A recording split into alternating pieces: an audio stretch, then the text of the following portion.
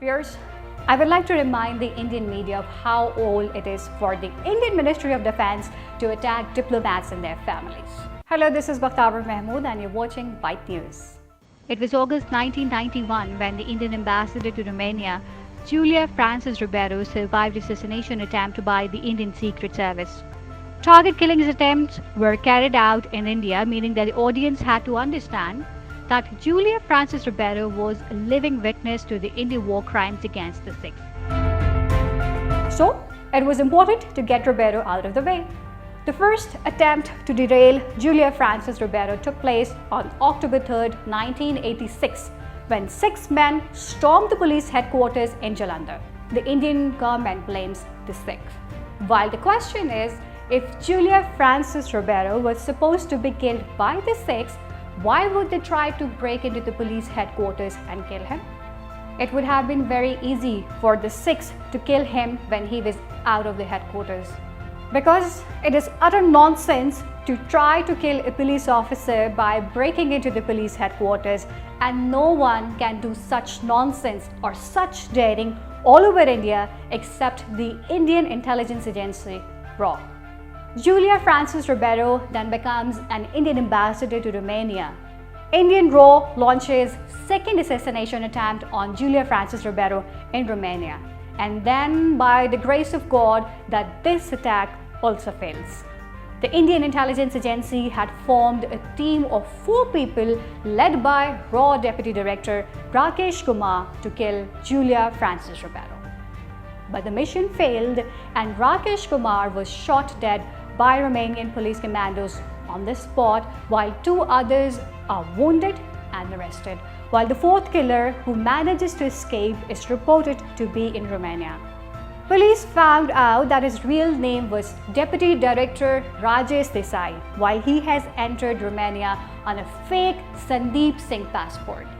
Julia Francis Ribeiro survives the assassination attempt, but his captives in Romania becomes a nuisance to the Indian intelligence agency, RAW. The Indian citizens should be handed over to India, while the Romanian government already seems to have a doubt about this.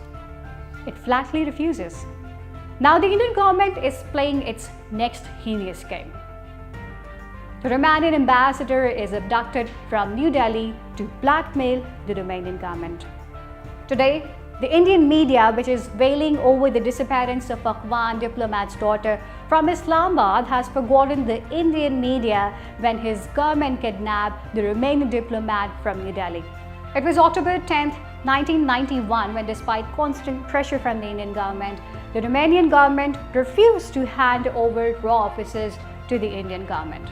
The Romanian ambassador to India, Levi Radu, was abducted and charged, and it was imposed on Sikhs. Viewers, just think how ridiculous it is. If an Indian diplomat is attacked in Romania, then the blame is on the Sikh. If a Romanian diplomat is kidnapped in New Delhi, then the blame is also on the Sikhs. The Indian government has considered the world so stupid. And let me tell you one more thing. From 1984 to 1991, India was the only country in the world that was involved in the kidnapping and murder of diplomats.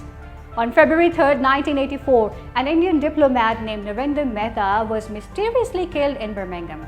The Indian government blamed the Jammu and Kashmir Liberation Front for his murder.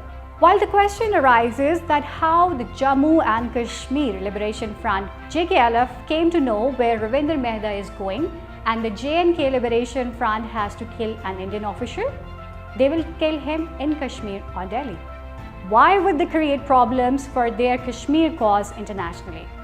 The fact was that Narendra Mehta was assassinated by the Indian intelligence agency RAW only because RAW had received information that Narendra Mehta was about to secretly hand over some important evidence against Indian atrocities in Kashmir to the world media. Well, the story of the Indian government's terrorism is so long that a book can be written about it.